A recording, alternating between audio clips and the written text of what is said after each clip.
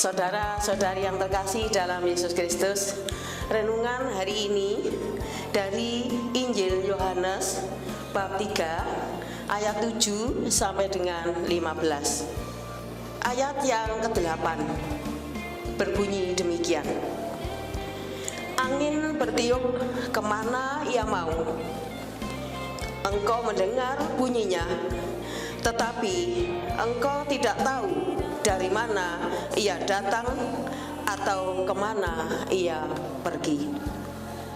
Demikian juga Roh Allah hadir dalam hidup kita, mengubah hidup kita.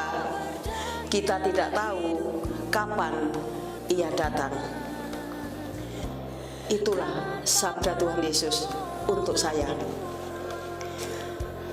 Pengalaman kelahiran baru 44 tahun yang lalu, saya dibaptis pada tahun 1979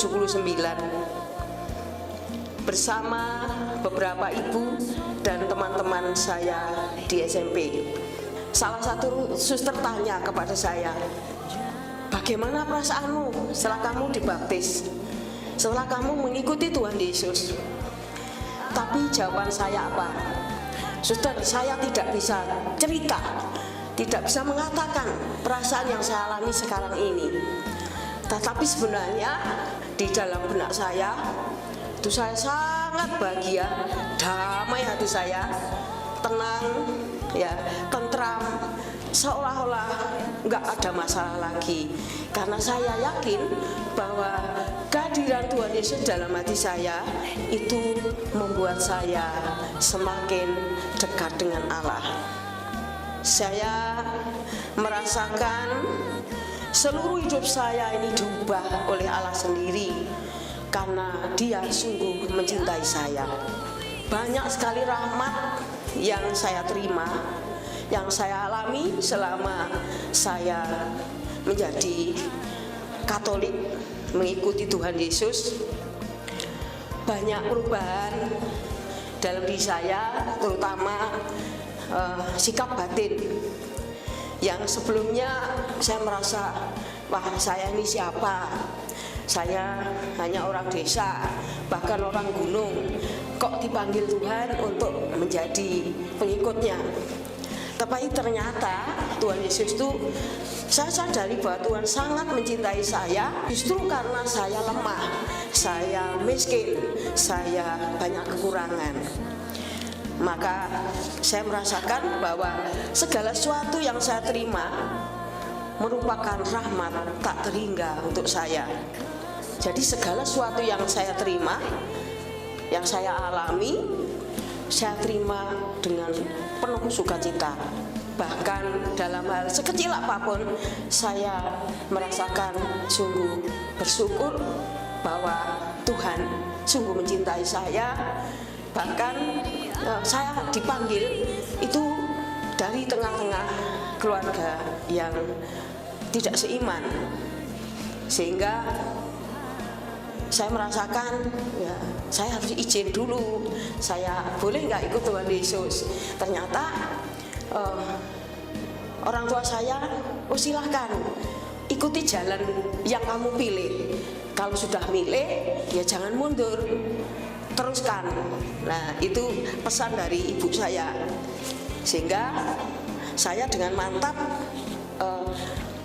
ikut pelajaran calon baptis. Waktu itu yang mengajar suster, ya, suster AK. Lalu saya selama 3 tahun mempersiapkan diri untuk menjadi calon baptis, menjadi katekumen. Akhirnya pada tahun 1979 saya boleh baptis. Sukacita yang luar biasa itu membuat saya semakin hari semakin berkembang. Tidak hanya hal-hal yang baik, yang pengetahuan yang saya terima saya pakai sendiri, tetapi saya dengan sukacita melayani di gereja, baik itu sebagai lektor, sebagai pemahmur, sebagai dirigen, mesdinar, Walaupun saya SMA, saya jalani dengan sukacita dan saya tidak malu. Sudah besar masih jadi missioner. Lah, jadi saya simpulkan bahwa segala sesuatu yang saya alami, terutama yang membuat saya berkembang semakin berani melayani umat, ya, itu semata-mata karena rahmat Tuhan. Saya sadari bahwa saya tidak punya kemampuan apa-apa, tapi dengan baptis suci itu saya menjadi berani, tapi berani dalam arti melayani orang lain, memberikan apa yang Tuhan berikan kepada saya, kepada orang-orang yang dipercayakan pada saya. Semoga renungan hari ini mengingatkan kita kembali akan janji-janji baptis yang telah kita perbarui bahkan setiap tahun, dan kita mampu untuk menghidupi di dalam hidup kita sehari-hari, dalam tugas pelayanan dimanapun kita diutus. Marilah renungan ini kita tutup dengan doa. Dalam nama Bapa dan Putra dan Roh Kudus. Amin.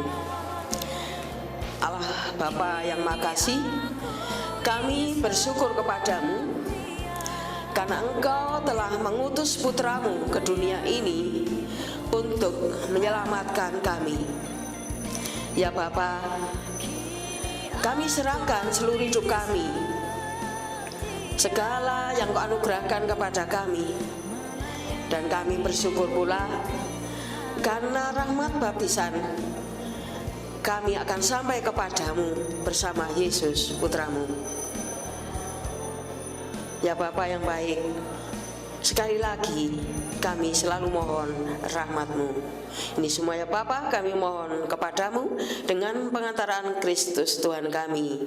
Amin. Dalam nama Bapa dan Putra dan Roh Kudus. Amin.